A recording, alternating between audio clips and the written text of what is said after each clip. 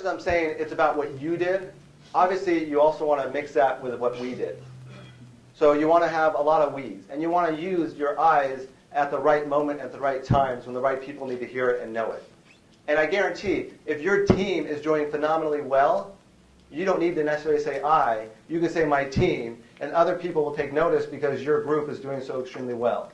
So you don't always need to boast about you, but you can definitely boast about your team. And I guarantee, it's a lot easier to talk about your team than it is to talk about yourself. Most of us have a really hard time saying, hey, here's what I accomplished, here's what I did. People don't like boasting about themselves. We're not used to it. But it's a lot easier to talk about some of the accomplishments that your team's done and the impact your team has made on the organization. So I think a lot of the thing about executive presence downward is talking about the team, the impact the team's made, and letting that stand up for itself because you are the leader of that team. And if your team's performing well, then it reflects back on you. You have to, when you think about your team, you need to share the limelight of how your team's doing with the senior management above you.